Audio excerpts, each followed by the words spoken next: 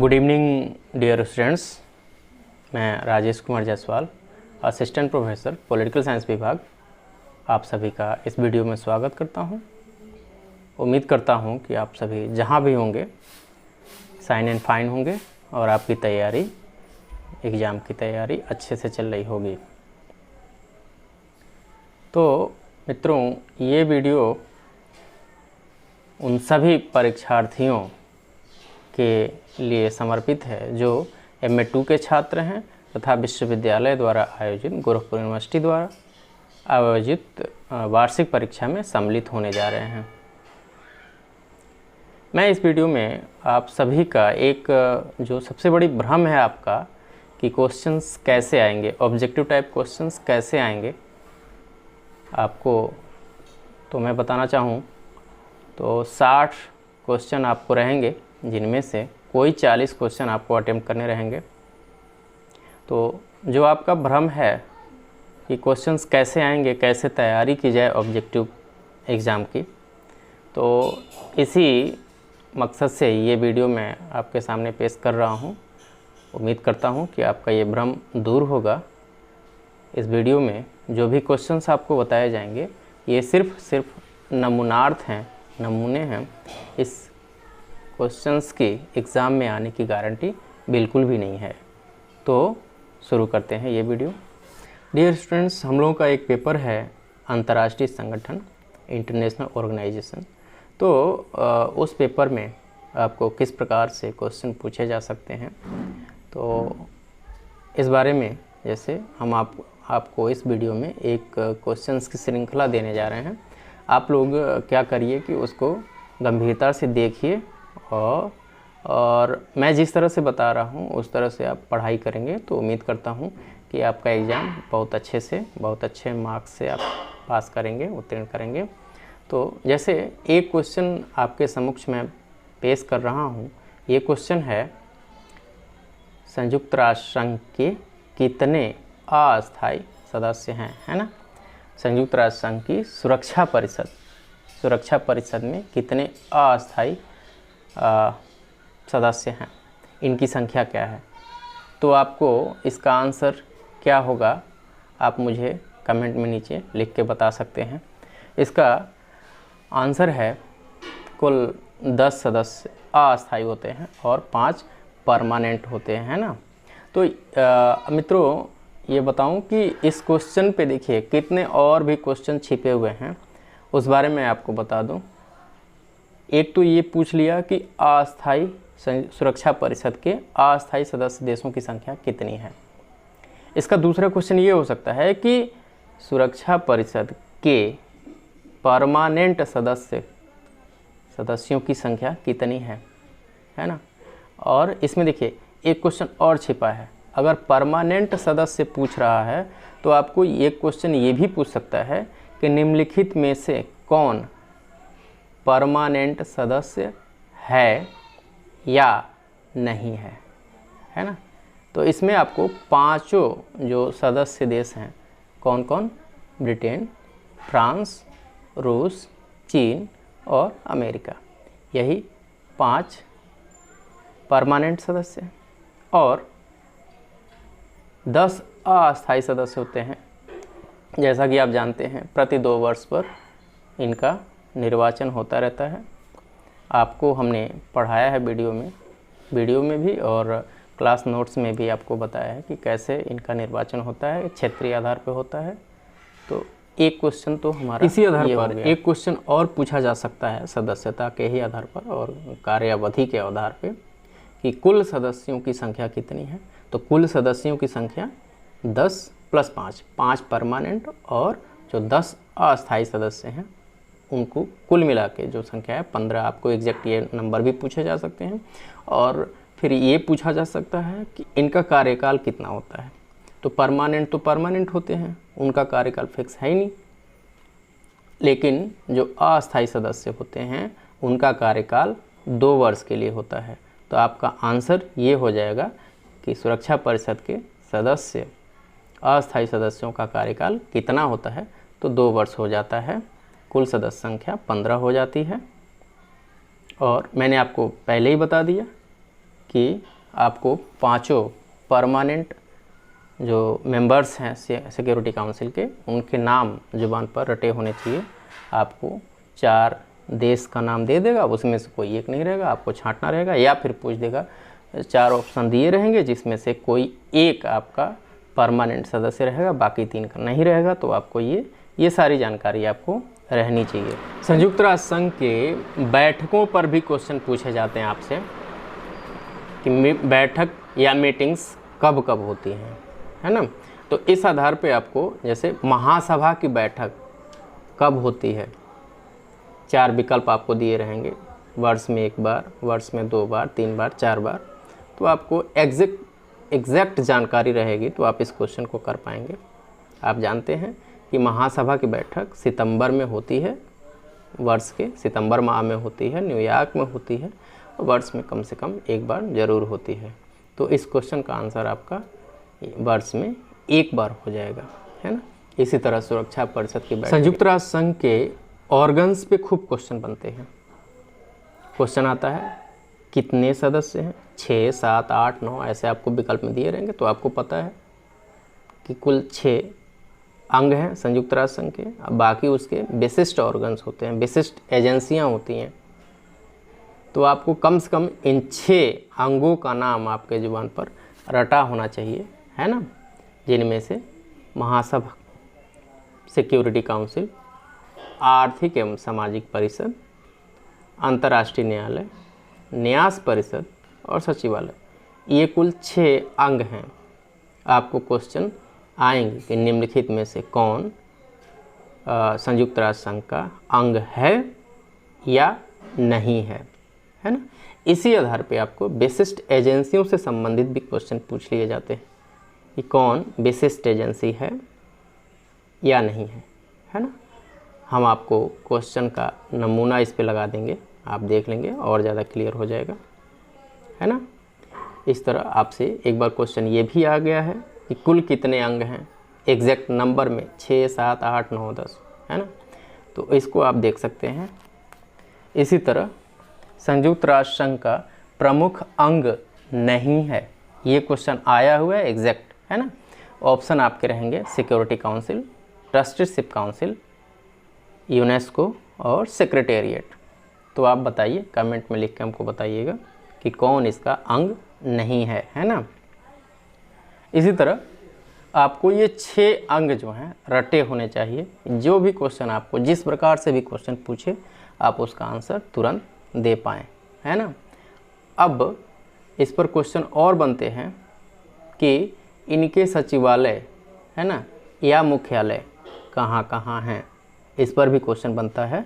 तो आपको एक क्वेश्चन मिलता है संयुक्त राष्ट्र संघ का सचिवालय स्थित है कहाँ है, वो आप बताएंगे सचिवालय कहाँ है ना। तो इसका सचिवालय न्यूयॉर्क में है।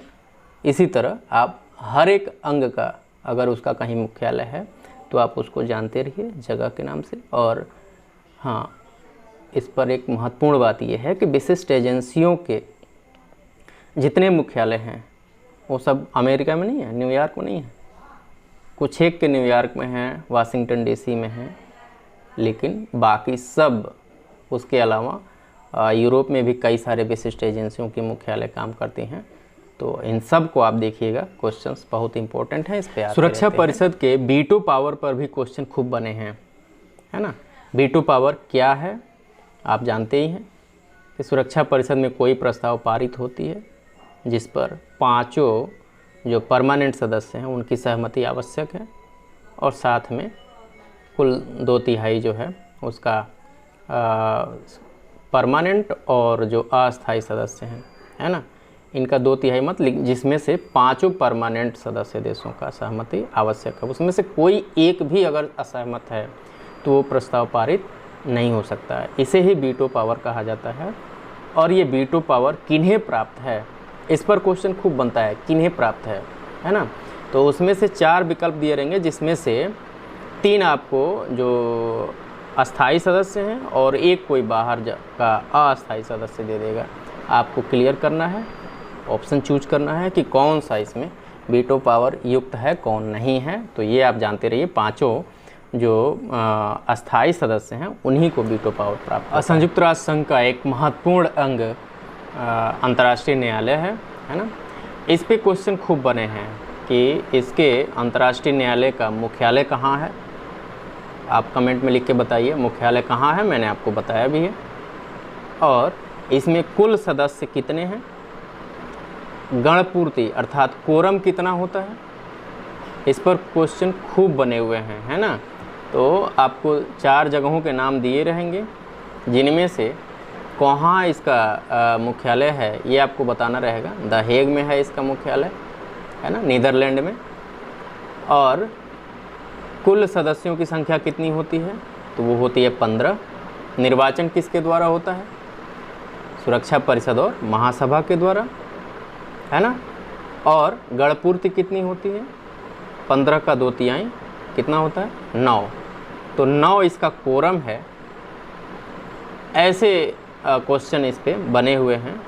आप चूँकि पॉलिटिकल साइंस MA 2 के स्टूडेंट हैं तो थोड़ा सा और अध्ययन करिएगा इनके महत्वपूर्ण निर्णयों के बारे में। और जो आजकल कोई मुकदमा इसमें चल रहा हो भारत के संदर्भ में, तो वो सारी बातें आप और देख सकते हैं इस बारे में, है ना। तो ऐसे ही कुछ महत्वपूर्ण बिंदु हैं जैसे आपको देखना है। ऐसे बिंदुओं के आधार पे आप तैयारी करेंगे तो आपकी तैयारी बहुत अच्छी होगी, स्कोर बहुत अच्छे आ जाएंगे। मैंने कहा ना कि आपको संयुक्त राष्ट्र संघ का मुख्यालय, उनके ऑर्गन्स का, अंगों का मुख्यालय या सचिवालय जहाँ कहीं है, तो उसके बारे में जानकारी रखनी है। फिर मैंने ये भी बताया आपको कि विशिष्ट अभिकरण जो हैं उसके, है ना, जैसे WHO है, IMF है ना, फूड एंड एग्रीकल्चर ऑर्गेनाइजेशन है। इस तरह से जितने भी इसके विशिष्ट एजेंसियां हैं उनके मुख्यालय कहाँ कहाँ हैं, मुख्यालयों की सूची आप बना लीजिए। जैसे आपके समक्ष ये क्वेश्चन प्रस्तुत कर रहे हैं, जैसे ये देखिए, विश्व स्वास्थ्य संगठन का मुख्यालय कहाँ है ना। तो इसके 4 ऑप्शन इस प्रकार से हैं, वियना, रोम, न्यूयॉर्क और जेनेवा। आपको बताना है कि इनमें से कहाँ विश्व WHO का मुख्यालय कहाँ है ना। तो आपका सही आंसर जेनेवा है। इसी तरह आप जितनी भी आपका विशिष्ट एजेंसियां हैं और आगे भी जैसे और क्षेत्रीय संगठन हैं, है ना, तो इन सब के बारे में आप जानते रहिए कहाँ कहाँ इनके मुख्यालय हैं। आगे हम लोग और चर्चा करेंगे इसी वीडियो में। अंतर्राष्ट्रीय संगठनों के स्थापना दिवस पर खूब क्वेश्चन बने हैं। स्थापना दिवस या स्थापना का वर्ष, किस वर्ष कोई संगठन स्थापित हुआ, इस पर क्वेश्चन खूब बने हैं। तो आप ये काम कर सकते हैं कि सारे संगठनों का, जो भी आपने संगठनों का पढ़ा है, उन सब का एक लिस्ट बना लीजिए कि राष्ट्रसंघ की स्थापना वर्ष, है ना, कब स्थापित हुआ। इसी तरह संयुक्त राष्ट्र संघ कब स्थापित हुआ, संयुक्त राष्ट्र संघ का बाकायदे डेट सहित याद करिएगा, महीना और तिथि सहित, है ना। इसी प्रकार जितने सारे ऑर्गन्स हैं या जितने विशिष्ट एजेंसी हैं या और भी जैसे क्षेत्रीय संगठन है, आसियान सार्क, है ना, इस तरह से जितने भी संगठन हैं, इन सब का आप स्थापना वर्ष और इनका उद्देश्य क्या रहा, किस उद्देश्य से और कौन कौन लोग शामिल थे स्थापना करने में, है ना, किनसे प्रेरणा मिली। जैसे राष्ट्र संघ की स्थापना कब हुई, एक क्वेश्चन आया हुआ है, राष्ट्र संघ की स्थापना किस वर्ष हुई थी, तो आपके विकल्प रहेंगे 1914, 1920, 1919 और इनमें से कोई नहीं। तो आपका आंसर क्या होगा, आप हमें कमेंट में लिख के बता सकते हैं। मैं आपको बता दूं कि राष्ट्र संघ की स्थापना प्रथम विश्व युद्ध की समाप्ति हुई थी, आपको पता है, पेरिस की शांति सम्मेलन हुआ और उसके बाद से 1920 में राष्ट्र संघ की स्थापना होती है। लीग ऑफ नेशंस इसको बोलते हैं और इसकी प्रेरणा जो देने वाले थे वो वुडरो विल्सन थे। उन्हीं के आदर्शों के आधार पे राष्ट्र संघ की स्थापना हुई थी। एक क्वेश्चन, संयुक्त राष्ट्र संघ की स्थापना कब हुई, इस क्वेश्चन के बारे में थोड़ा सा आप ध्यान दीजिएगा कि लीग ऑफ नेशंस इसका पूर्ववर्ती संगठन है और इसका पूर्ववर्ती संगठन यूएनओ है ना, यूनाइटेड नेशंस। एक क्वेश्चन भी आया है कि संयुक्त राष्ट्र संघ को मुख्यतः किस संगठन का परवर्ती रूप माना जा सकता है? तो आपका आंसर होगा लीग ऑफ नेशन, है ना, राष्ट्र संघ। और इसकी स्थापना, संयुक्त राष्ट्र संघ की स्थापना कब हुई? एग्जैक्ट डेट सहित क्वेश्चन आए हुए हैं, है ना। तो आपका राइट आंसर होगा 24 अक्टूबर 1945, है ना। आपको ऑप्शन में, इस क्वेश्चन के ऑप्शन में 4 विकल्प आपको दिए गए हैं, तो आप देखिए थोड़ा सा।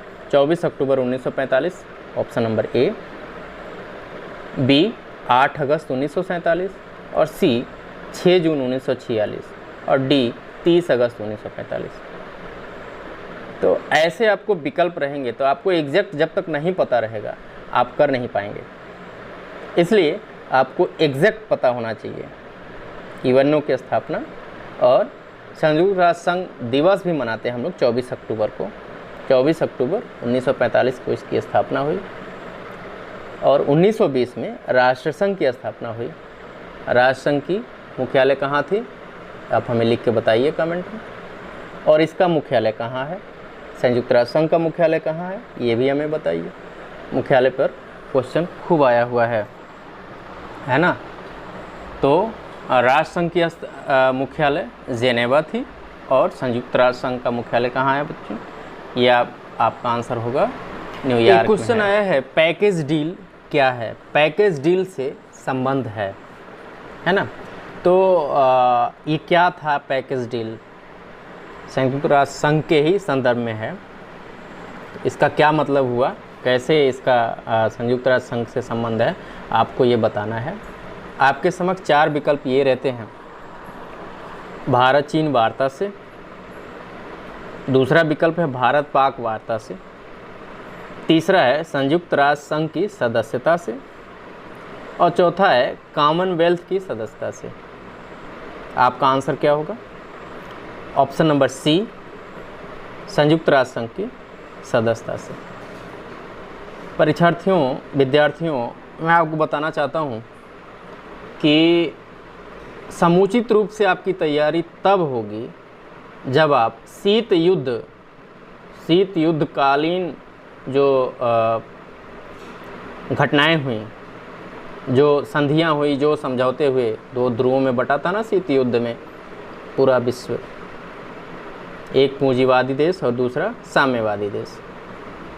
तो इन दोनों देशों गुटों के जो नेतृत्व करता थे या और भी मेंबर थे, उनके बीच क्या क्या समझौते हुई, संधियां हुई, इनको और कौन कौन सी घटनाएं घटी, क्रम से, डेट वाइज, वर्ष वाइज, है ना, किस वर्ष कौन सी घटना हुई, आपको शुरू करना है 45 से लेके और जब तक विघटन नहीं हो जाता है सोवियत संघ का। इन बीच में जितनी घटनाएं हुई, जितनी संधियां हुई, समझौते हुए, क्रम से आपको याद रखना है, तभी आप ये सब क्वेश्चन कर पाएंगे। तो पैकेज डील जो था वो दोनों देशों, सोवियत संघ और अमेरिका के बीच में हुआ था। इसका ये मतलब था कि इतने कुछ हमारे सदस्य इसके सदस्य बन जाएंगे संयुक्त राष्ट्र संघ के, और कुछ अमेरिका कहता था कि ये हमारे। इसी आधार पे ये पैकेज हुआ, पैकेज डील था ये। इसी आधार पे सदस्यता मिली कई सारे देशों को। आप और थोड़ा सा विस्तृत इसको पढ़िएगा। मैं बता रहा हूँ कि ऐसे क्वेश्चन को करने के लिए आपको शीत युद्ध कालीन जितनी घटनाएं हैं उनको अच्छे से आप पढ़ लीजिए, क्रम वाइज पढ़िएगा, एक सिक्वेंशियल ऑर्डर में आप पढ़िए उसको, है ना। एक क्वेश्चन आपको बना है, संयुक्त राष्ट्र संघ का कौन सा अंग 1994 से कार्यशील नहीं है?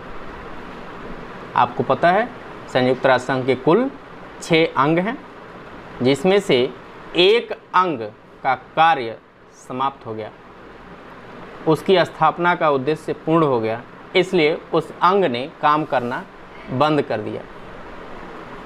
आप बता सकते हैं कमेंट बॉक्स में। आपके 4 विकल्प ये हैं, ए आर्थिक व सामाजिक परिषद, बी सचिवालय, सी महासभा और डी न्यास परिषद, ट्रस्टीशिप काउंसिल। आपको पता है ट्रस्टी काउंसिल ने ही अपना काम करना बंद कर दिया है। न्यास परिषद इसीलिए बनाया गया था कि जो देश अक्षम थे अपने शासन प्रशासन को या स्वतंत्र होने की स्थिति में नहीं थे, अपना शासन प्रशासन खुद नहीं चला पाते थे, पा सकते थे, तो ऐसे देशों का संरक्षण दिया गया। और 1994 एक अंतिम तिथि है। 1994 में अंतिम न्यासी क्षेत्र था पलाऊ। पलाऊ देश का नाम है। इन्होंने स्वतंत्रता प्राप्त कर ली इस देश ने, और जब स्वतंत्र हो गया तो कोई देश न्यास परिषद के अधीन रहा ही नहीं, उसके संरक्षण में कोई देश रहा ही नहीं। मैंडेट प्रणाली एक होती थी, आप याद करिए मैंडेट प्रणाली वो क्या थी, और उसी के आधार पे ये काम संयुक्त राष्ट्र संघ में भी जारी रखा गया। तो कुल मिला के आप टोटालिटी में पढ़ेंगे, इन टोटल में पढ़ेंगे तो आप सारे क्वेश्चन को आसानी से कर पाएंगे। तो इस तरह के क्वेश्चन आपको मैंने बताया ना कि कार्यकाल पे कई सारे क्वेश्चंस बने हुए हैं। हर ऑर्गन्स के, हर संगठन के जो क्या कहें कि कार्यकारी अधिकारी होते हैं, उन सभी का कार्यकाल पे क्वेश्चन ज़रूर बना है। तो आप एक लिस्ट बना लीजिएगा किस ऑर्गन का जो कार्यकारी है उसका कार्यकाल कितना है ना। एक क्वेश्चन आपके सामने है, संयुक्त राष्ट्र संघ के महासचिव का कार्यकाल कितने वर्षों का होता है ना। एक क्वेश्चन आपने शुरू में ही देखा होगा कि अंतर्राष्ट्रीय न्यायालय के न्यायाधीशों का कार्यकाल कितना होता है ना। महासभा के सदस्यों का कार्यकाल कितना होता है, आर्थिक सामाजिक परिषद के सदस्यों का कार्यकाल कितना होता है। तो इस तरह से ये सारे क्वेश्चन की लिस्टिंग आप कर लीजिए। आपके इस क्वेश्चन में संयुक्त राष्ट्र संघ के महासचिव का कार्यकाल कितने वर्षों का होता है, 4 विकल्प दिए रहेंगे। एक विकल्प 4 वर्ष, दूसरा 5 वर्ष, तीसरा 10 वर्ष और चौथा 12 वर्ष। तो सही आंसर आपका क्या होगा आप कमेंट में लिख के बताइए। एक लिस्टिंग कर लीजिए कार्यकाल के विषय में, जितने संगठन हैं उनका कार्यकाल, उनका लिस्टिंग आप कर लीजिए। उनकी नियुक्ति कैसे हुई है, कौन कौन करता है, कितने टर्म के लिए करता है, ये सारी बातें आप उनके बारे में चर्चा करेंगे।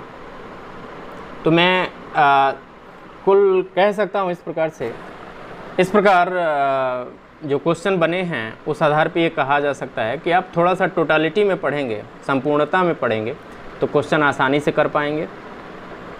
संयुक्त राष्ट्र संघ से संबंधित प्रस्ताव हैं, रिपोर्ट्स हैं, है ना, इनका अध्ययन ज़रूर करिए। चार्टर का अध्ययन कर लीजिए। मैंने आपको जो पढ़ाया है वो पॉइंट वाइज ही पढ़ाया है, तो उसके माध्यम से भी आप उसका सहयोग ले सकते हैं। इस तरह से पढ़ाई करिए तो क्वेश्चन आ जाएंगे। देखिए, एक प्रस्ताव पे एक महत्वपूर्ण क्वेश्चन एक बार पूछा गया है, मैं उसकी चर्चा ज़रूर करना चाहूँगा। संयुक्त राष्ट्र संघ महासभा द्वारा पारित सामूहिक सुरक्षा संबंधित एक महत्वपूर्ण प्रस्ताव निम्न प्रतिवेदन पर आधारित था। अर्थात सामूहिक सुरक्षा जो सिद्धांत पारित किया गया वो किस प्रस्ताव पर आधारित था, किस प्रतिवेदन पर आधारित था। आपके 4 विकल्प हैं। किसिंजर प्रस्ताव 1971, ग्रोमियोको प्रस्ताव 1975, बोर रदरफोर्ड प्रस्ताव 1956, एचिसन प्रस्ताव 1950। तो इसका सही आंसर एचिसन प्रस्ताव 1950 है। इसी के आधार पर सामूहिक सुरक्षा सिद्धांत पारित किया गया। तो इस प्रकार मित्रों, मैं आपको धन्यवाद कहते हुए इस वीडियो का अंत करता हूं। आगे के वीडियो श्रृंखला में मैं आपको इस तरह के हर अंगों पर कुछ महत्वपूर्ण क्वेश्चन बता सकता हूं कि किस प्रकार आप पढ़ेंगे, क्या इम्पोर्टेंट नज़र क्या हो सकती है, किस विषय पर आपका, किस टॉपिक, किस बिंदु पर आपका नज़र जाना चाहिए ऑब्जेक्टिव पढ़ाई में। इससे आपको काफ़ी सहयोग मिलेगा। धन्यवाद।